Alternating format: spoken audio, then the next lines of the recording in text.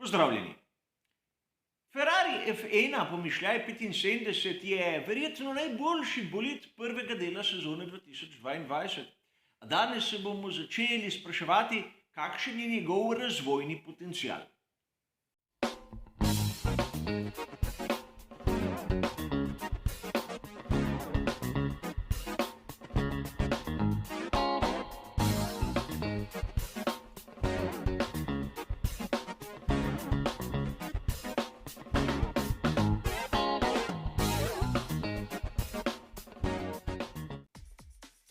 Današnji prispevek temelji na članku, ki je bil objavljen na italijanski spletni strani F1 Analizi Tecnica.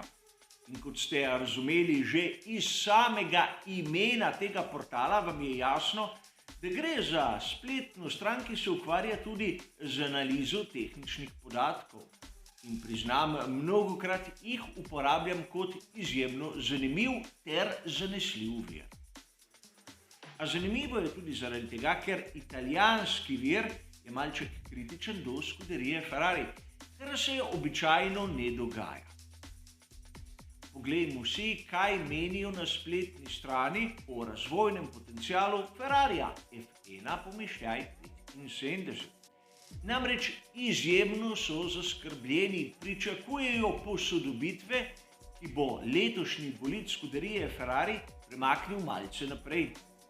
In če smo res iskreni, nismo videli na prvih 4 dirkah nobene pomembne posodobitve. A vprašanje je, kaj počno pri Red Bullu. Kot smo videli na veliki nagradi Emilia Romagna, so bili hitrejši. Ampak tu nimamo kakšnih trdnih temeljev za neko pravo primerjavo, namreč vremenski pogoji, vozniške napake so bili tisti zunanji faktorji, ki nam nekako zameglijo pogled na tisto pravo stanje. A res je nekaj. Pri Red Bullu so se lotili zniževanja tiste previsoke vrednosti same mase bolida in opazili smo, da RB18 je postal ne samo bolj poskočen, ampak tudi bolj okreten, kar je eksplicitno dokaz, da so maso začeli nižati. Kaj pa pri skuderiji Ferrari? Avtor članka zanimivo navaja nekaj, kar smo tudi na našem kanalu že omenjali. Vrača se malo v preteklost, v sezone 2017 in omenja tisti znani bolid SF70H, ki ga pogostokrat vidite v mojih prispevkih. Seveda imam maketo, ne samo zato, ker je bila dosegljiva, ampak tudi zaradi tega, ker je ta bolid eden izmed temeljnih za razumevanje tistega obdobja in tudi v članku je opisano tako, namreč gre za čisto drugačen bolid od takratnega Mercedesa, ki je bil uspešen. A ne smemo pozabiti na nekaj, kar bi se lahko ponovilo tudi v letošnji sezoni. Namreč SF70H je nastal izjemno dobro, brez velikih hib.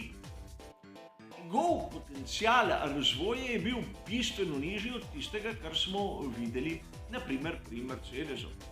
In potem v drugi polovici sezone so sledili rezultati, ki so pravzaprav pokopali vse upe tako na naslov svetovnega prvaka med vozniki, kot tudi med konstruktorji. Da se bomo bolje razumeli. Če bolid nastane že nekako naravno uravnotežen, ga ne moremo in ne smemo spreminjati. Namreč, ukolikor je zadeva uravnotežena, je ne moremo ustvariti bolj uravnotežene. Uravnotežena že je, medtem ko drugi na tem področju lahko napravijo korake naprej. Podobna zgodba se lahko bo odvila letos. Namreč videli smo lahko, da tudi naprimer Ferrari F1 pomišljaj 75 skaklja. Ne skaklja tako kot naprimer Mercedes in tu je zanimiva primerjava, kjer lahko vidimo različno frekvenco teh poskokov. In to skakljanje je izjemnega pomena, naprimer pri zaviranju. Pri zaviranju mora biti bolid stabilen, zato si lahko Ferrari nekako privošči višjo hitrost pri zaviranju kot Mercedes. Namreč s tem, ko se hitrost zniža, se ublaži tudi skakljanje. Prišla je novica, da v Imoli so imeli pri Ferrariju bistveno tršo nastavitev podvozja, kot smo jo lahko videli naprimer v Avstraliji ali prejšnjih dveh arabskih dirkah. Če se spomnimo našega prvega prispevka o skakljanju, sem omenil dve smeri, kako se lahko ta pojav ublaži, ne pa reši. Prvi je z dvigom ravnega dna nad asfaltom. To je pot, ki so se je poslužili zaenkrat pri tovarniški ekipi Mercedes. Druga rešitev je bila seveda trše vzmetenje, kar je morda pot, ki so se je zaenkrat poslužili pri skuderiji Ferrari. To še ne pomeni, da je imel Ferrari višjo končno hitrost kot Red Bull.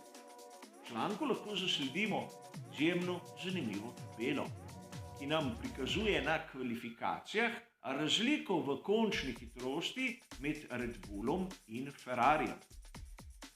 Vidimo lahko, da v vseh 4 dirkah je bil Red Bull enostavno hitrejši in pojavlja se vprašanje, je to morda zaradi skakljanja, ker so pri Ferrariju bili prisiljeni prej dvigniti nogo stopalke za plin.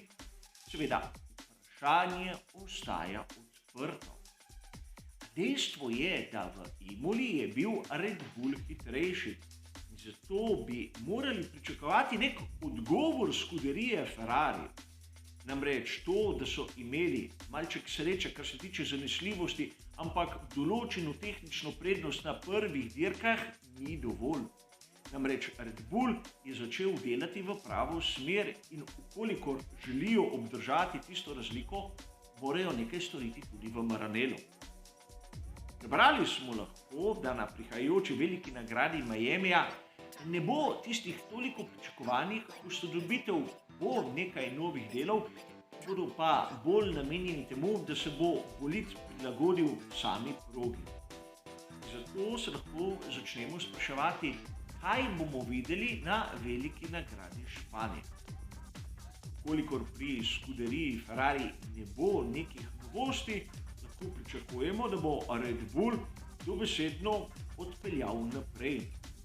Po drugi strani se lahko začnemo spraševati, kolikor je bolid F1 pomišljaj 75, a res nastal tako dobro, kakšen je v resnici njegov razvojni potencial. Ni nujno je razvojni potencial pri Ferrariju dober kot pri drugih ekipah.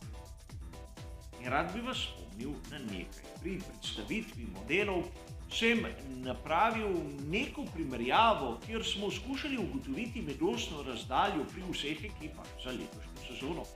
In Ferrari F1 pomišljaj 75 je bil edini bolid, ki se nahaja nekje tam vmes med obema skrajnostmi. Vidimo lahko tisto karakteristično obliko na vrhu bočnih struktur. Izjemno pripomorejo pri seveda generiranju samega oprijema. Ampak vprašajmo se lahko, kako se tak bolid pravzaprav lahko razvija. Videli smo pri SF70K, da v bistvu razvoj je bil izjemno omejen. Namreč drugi so napredovali, Ferrari je pa kot da bi stal na miru, čeprav je na začetku imel določeno prednost, potem proti koncu sezone prednosti ni bilo več. Če smo malce bolj natančni, bil je že kar velik zaostanek. In upam, da se letos ta zgodba ne bo ponovila, zato tudi sam pričakujem kakšno posodobitev in posodobitev, ki bo delovala. A za konec bi rad še enkrat poudaril, zanimivo je, da tematiko, ki sem jo obdelal danes v tem prispevku, sem po delih praktično napovedal že v mnogih drugih predhodnih prispevkih. A za osnovo smo tokrat vzeli članek iz tehničnega italijanskega vira, pravzaprav poudarja iste skrbi, ista vprašanja. Seveda gre za razmišljanje v malce drugačni smeri, kot je tista, ki jo navajajo mnogi drugi viri. Treba je poudariti tudi, da mnogi drugi viri verjetno niso tako strokovni kot je v analizi tehnika, ker lahko dobimo marsikaj, kar se pri drugih virih, ki se ukvarjajo s Formulo 1, ne pojavi nikoli. Verjetno tudi mnogim navdušencem več poglobljena vprašanja niso povšeč. Formula 1 je zanimiva, ker lahko vsakemu nudi tisto, kar si želi. Nekaterim bolj kejše teme, drugim pa malce bolj poglobljena razmišljanja. Danes te razvojnega potenciala Ferrarija F1 pomišljaj 75 bo to vse. Hvala za vašo pozornost, seveda nasvidenje.